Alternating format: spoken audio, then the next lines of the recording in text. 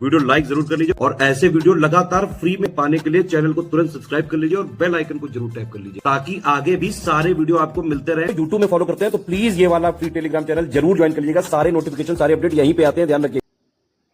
नमस्कार दोस्तों, exam preparation के यूट्यूब चैनल पर मैं प्रियंका एक बार फिर से आप सभी का बहुत बहुत स्वागत करती हूँ। टॉप 1000 क्वेश्चंस की सीरीज हम लोग देख रहे हैं जिसमें सब्जेक्ट वाइज 100 क्वेश्चंस मैंने लिए हुए हैं। ये मोस्ट इंपॉर्टेंट क्वेश्चंस हैं जो आपके एग्जाम में पूछे जा सकते हैं और हर जो स्टेटमेंट दिया गया उसमें 1 से 2 प्रश्न आपके आसानी से तैयार हो जाएंगे या वो टॉपिक तैयार हो जाएगा। अगर आप न्यू हैं इस चैनल पर, डेली दोपहर 1 बजे जीएस की क्लास आती है। साथ में आप रात को 9 बजे मेरे साथ मॉक टेस्ट सॉल्व कर सकते हैं यूपी पीसीएस प्रीलिम्स एग्जाम के लिए। एंशिएंट हिस्ट्री की क्लास चल रही है, अभी मॉक टेस्ट चल रहा है एंशिएंट हिस्ट्री का, जिसमें कुछ क्वेश्चंस मैंने पहले कराए हुए थे, आज उसके आगे कंटिन्यू करेंगे। इसके साथ ही जो बच्चे पेड कोर्स में इंटरेस्टेड हैं वो डिस्क्रिप्शन बॉक्स में दिए गए नंबर्स पे कांटेक्ट करके अपने कोर्स को ज्वाइन कर सकते हैं और बिना किसी स्टडी मटेरियल के कंफ्यूजन के आपको एक ही जगह जो मटेरियल मिल जाएगा उससे तैयार कर सकते हैं। तो 10 जगह आपको करंट अफेयर या फिर जीएस के सब्जेक्ट के लिए इधर उधर भटकना नहीं है, आप सब कुछ एक ही जगह तैयार कर पाएंगे और आसानी से आपकी तैयारी हो जाएगी। तो ये आपके कोर्स से रिलेटेड जानकारी हो गई। ज़्यादा जानकारी के लिए नंबर्स हैं, आप उन पर बात करके अपने कोर्स को ज्वाइन कर पाएंगे। और आपको पता है जो भी कंटेंट दिया जाता है एग्जाम ओरिएंटेड है, प्रश्न लगभग आपको वहीं से मिल जाएंगे, सारे प्रश्न वहीं से मिलेंगे और अच्छे से तैयार करके आप अपने कट ऑफ को क्वालिफाई कर पाएंगे। चलिए बिना देर की आज की क्लास स्टार्ट करते हैं। पहले कुछ क्वेश्चंस को हमने ऑलरेडी सॉल्व किया है तो आज आगे कंटिन्यू करेंगे। 51st क्वेश्चन देखिए, निम्नलिखित में से सही विकल्प का चयन करना है।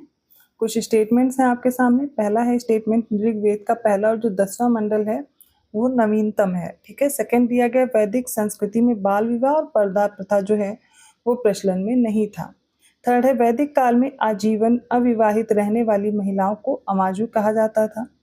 फोर्थ है ऋग्वेद का जो दूसरा और 7वां मंडल है सबसे पुराना है। सामवेद से सर्वप्रथम 7 स्वरों की जानकारी प्राप्त होती है। इनमें से कौन से कथन सही है? तो ऋग्वेद पहला और जो 10वां मंडल है नया है और दूसरा और 7वां मंडल सबसे पुराना है। दोनों स्टेटमेंट करेक्ट हैं। ये जो बाल विवाह और पर्दा प्रथा है तब नहीं प्रचलित थी वैदिक समाज में, और जो आजीवन अविवाहित रहने वाली महिलाएं थीं उनको अमाजु कहा जाता था, और सामवेद से 7 स्वरों की जानकारी प्राप्त होती है। ऑप्शन डी करेक्ट है। 52nd क्वेश्चन देखिए, इनमें भी बताने हैं आपको कौन से स्टेटमेंट करेक्ट है, ठीक है। तो वीडियो को आपको पॉज करना होता है, एक बार अपने क्वेश्चन का आंसर जरूर लिख के देखा करिए कि आपको इसका उत्तर आ रहा है या नहीं आ रहा है। पहला स्टेटमेंट है अथर्ववेद में सभा और समिति को प्रजापति की 2 पुत्रियां कहा गया है।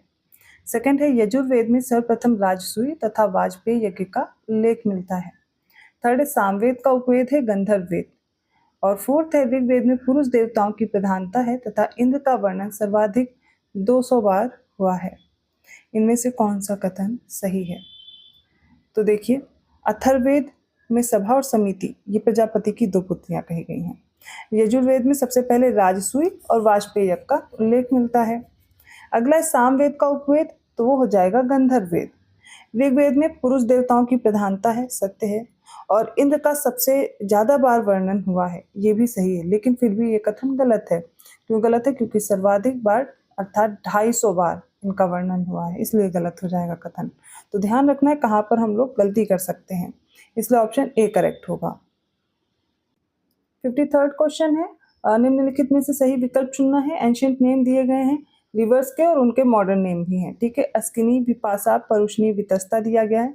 आधुनिक नाम में स्वात है, गंडक है, रावी और सतलज है। चलिए मैच करते हैं। तो सबसे पहले देखते हैं इसमें अच्छा कौन सा सही विकल्प है। आपको चारों दिए गए हैं, इसमें मैच नहीं करना है, माफ कीजिएगा। तो यहाँ पर सही विकल्प बताना कौन है। अस्किनी चिनाब को बोलते थे तो गलत हो गया। विपाशा व्यास को बोलते थे, ये भी गलत हो गया। परुष्णी रावी को बोलते हैं, इसलिए ऑप्शन सी करेक्ट होगा। वितस्ता झेलम का नाम था, ना कि सतलज का।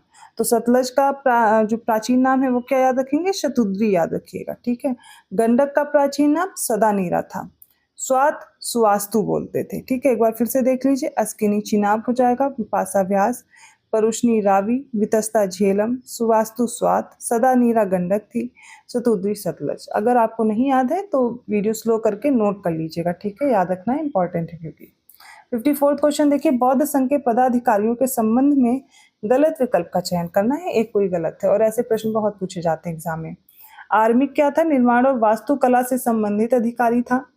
भंडागारिक कौन था? खाने पीने की व्यवस्था सामग्री से संबंधित अधिकारी था। कप्पिकारक माल की बिक्री और खरीद से संबंधित अधिकारी था। और चीवर वस्त्रागार करने वाला अधिकारी था। ठीक है, बताना है कौन सा इसमें से गलत है। तो वो हो जाएगा ऑप्शन ए, पहला ही गलत दिया गया है। निर्माण और वास्तुकला से संबंधित अधिकारी जो था नवकंभिक था। नवकंभिक, निर्माण से नवकंभिक याद रखेंगे। इसके अलावा जो आर्मिक था, आर्मिक मनोरंजन और विश्राम से संबंधित अधिकारी था। तो आराम से रिलेटेड हो जाएगा आर्मिक। ऐसे याद करने के लिए मैं बता रही हूँ, वो मनोरंजन और विश्राम। ठीक है, तो याद रहेगा आर्मिक। और ये जो आपको दिया गया था गलत है, बाकी सारे सही हैं। भांडागारिक, खाने पीने की व्यवस्था। कप्पिकारक, तो कप्पिकार क्या करेगा? माल और बिक्री की खरीद से संबंधित अधिकारी था। चीवर, चीवर वस्त्रागार करने वाला अधिकारी। 55वां क्वेश्चन है, निम्नलिखित में से सही विकल्प चुनें। बौद्ध संगीतियां दी गई हैं, प्रथम, द्वितीय, तृतीय और चौथी। और मुझे पता ही आपको ज़रूर याद होगा, क्योंकि बहुत सारे आपको निमोनिक्स दिखे होंगे इसको याद करने के, तो अच्छे से आपको मिल जाएगा, याद कर लीजिए। अब इसमें बताना है कि किसके समय पर हुई। ठीक है, और इसमें से कौन कौन से सही है। तो प्रथम बौद्ध संगीति कहाँ हुई थी? राजगृह में हुई थी। ठीक है, और ये इसमें इस समय जो शासक थे हर्यंक वंश के थे। अभी तक आपको नाम याद होगा, लेकिन राजवंश नहीं याद होगा कौन सा था। तो हर्यंक राजवंश के समय पर हुई। अजातशत्रु थे, सही हो जाएगा। द्वितीय बौद्ध संगीति वैशाली में हुई थी। सभाकामी थे और अध्यक्ष थे, मतलब सभाकामी अध्यक्ष थे। और जो शासक थे उस समय कालाशोक थे, वो शिशुनाग वंश के थे। ये भी करेक्ट है। तीसरी बौद्ध संगीति पाटलिपुत्र में हुई थी। ठीक है, इसके अध्यक्ष कौन थे? मोगलीपुत्र तीस थे। इस समय शासन किसका था? तो अशोक का था। तो फिर यहाँ पर कुषाण वंश गलत दिया गया है, ये हो जाएगा मौर्य वंश। ठीक है। चतुर्थ बौद्ध संगीति कुंडल वन कश्मीर में हुई थी। वसुमित और असुघोष अध्यक्ष रहे थे।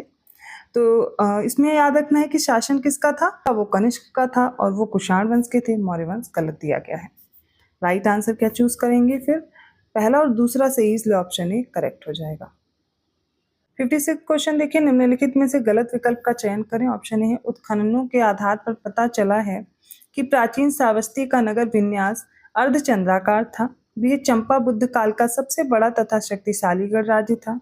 सी, ये पुराणों के अनुसार मगध पर शासन करने वाला पहला राजवंश बृहद्रथ राजवंश था। डी, बौद्ध ग्रंथों के अनुसार मगध का प्रथम प्रतापी शासक बिंबिसार था और ये हर्यंक वंश से संबंधित था। इसका राइट आंसर है ऑप्शन बी, मतलब ये गलत दिया गया है। तो वैशाली जो था ये बुद्ध काल का सबसे बड़ा और शक्तिशाली गढ़ राज्य था, न कि चंपा। 57 क्वेश्चन है, निम्नलिखित में से गलत विकल्प का चयन करें। ऑप्शन ए है, दीर्घ निकाय के अनुसार चंपा नगर के निर्माण की योजना वास्तुकार महागोविंद ने की थी। बी है, वैशाली के लिच्छवियों ने विश्व का पहला गणतंत्र स्थापित किया था। सी है, सुत्त निपात में गांधार राज्य को मगधपुरम कहा गया है। और डी, 16 महाजनपदों में से 8 महाजनपद वर्तमान उत्तर प्रदेश में स्थित थे। इसमें जो एक गलत विकल्प है वो ऑप्शन सी दिया गया है। सुत्त निपात में वैशाली राज्य को कहा गया मगधपुरम, ना कि गांधार राज्य को। बाकी सारे स्टेटमेंट करेक्ट हैं, याद रखना है। 58 क्वेश्चन, निम्नलिखित में से इनको जो दिया गया है ये स्मृति है, इनको क्रोनोलॉजिकल ऑर्डर में लगाना है।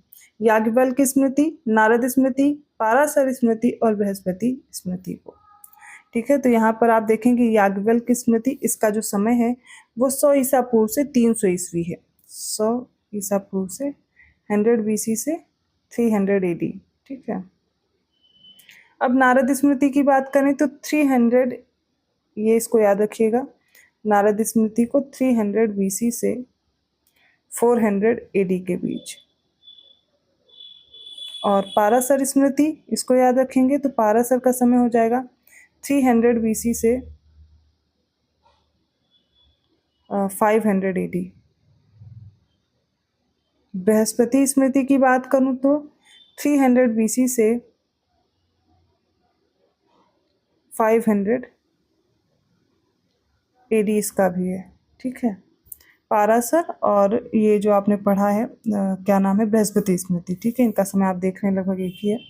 अब इसमें देखेंगे करेक्ट ऑप्शन क्या होगा, तो सबसे पहले 4 हो जाएगा बृहस्पति स्मृति, उसके बाद आएगा पाराशर और फिर है नारद, फिर है याज्ञवल्क्य।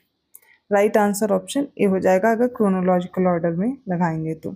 सबसे पहले इस तरीके से याद रखना आपको, मनुस्मृति सबसे पहले, फिर याज्ञवल्क्य, नारद, पाराशर, बृहस्पति, कात्यायन और देवल। ठीक है, पूर्व मध्यकालीन का है देवल स्मृति।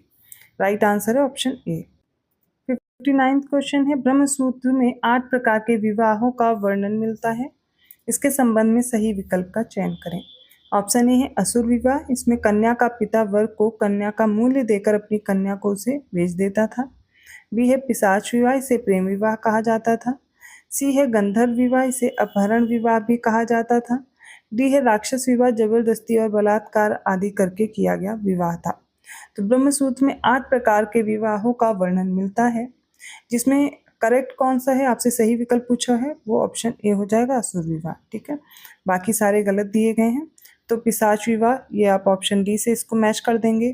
गंधर्व विवाह, इसमें याद रखेंगे प्रेम विवाह बोलते थे, और बचा राक्षस विवाह, तो अपहरण वाला हो जाएगा। बाकी सारे करेक्ट दिए गए हैं। अगला प्रश्न देखिए, निम्नलिखित में से सही विकल्प का चयन करें। पहला स्टेटमेंट है, मध्य पाषाण कालीन स्थल दमदमा से एक ही कब्र से 3 मानव कंकाल प्राप्त किए गए हैं। सेकंड है, चौपानी मांडरों से जंगली चावल के प्रमाण प्राप्त किए गए हैं। थर्ड है, विंध्य क्षेत्र के लेखैया शिलाश्रय में इससे सर्वाधिक मानव कंकाल प्राप्त किए गए। फोर्थ है, मानव द्वारा सबसे पहले उपयोग में लाई जाने वाली जो धातु है वो तांबा थी। कौन कौन से स्टेटमेंट करेक्ट हैं? और राइट आंसर है ऑप्शन डी, क्योंकि सारे कथन सही दिए गए हैं। तो आज की क्लास के ये मोस्ट इंपॉर्टेंट क्वेश्चंस थे और इनसे प्रश्न बन सकते हैं, इंपॉर्टेंट है, तैयार कर लीजिए। वीडियो अच्छा लगा तो लाइक करना मत भूलिए। इन क्लासेस को लेकर के आपका जो सजेशन है ज़रूर बताइएगा, आपको क्लासेस कैसी लग रही हैं। और पेड कोर्स में इंटरेस्टेड हैं तो डिस्क्रिप्शन बॉक्स में नंबर दिया गया है, आप कांटेक्ट करके अपने कोर्स को ज्वाइन कर सकते हैं। इसके अलावा आप PDF वगैरह या फिर क्रैश कोर्स का अलग अलग आपको कोर्स मिल जाएगा, वो भी आप नंबर पे जब कांटेक्ट करेंगे आपको बता दिया जाएगा। ठीक है, बाकी जो इस चैनल पर क्लासेस चल रही हैं उनको आप रेगुलर फॉलो करते रहिए, आपको काफ़ी हेल्प करने वाले एग्जाम में। वीडियो को लाइक नहीं किया है तो कर दीजिए, चैनल को अभी तक सब्सक्राइब नहीं किया है वो भी कर लीजिए, और बेल आइकन जरूर प्रेस कर दीजिएगा जिससे अगले वीडियोज़ का नोटिफिकेशन मिल जाए। मैं मिलती हूँ ऐसे क्वेश्चन के साथ अगली क्लास में, तब तक के लिए धन्यवाद।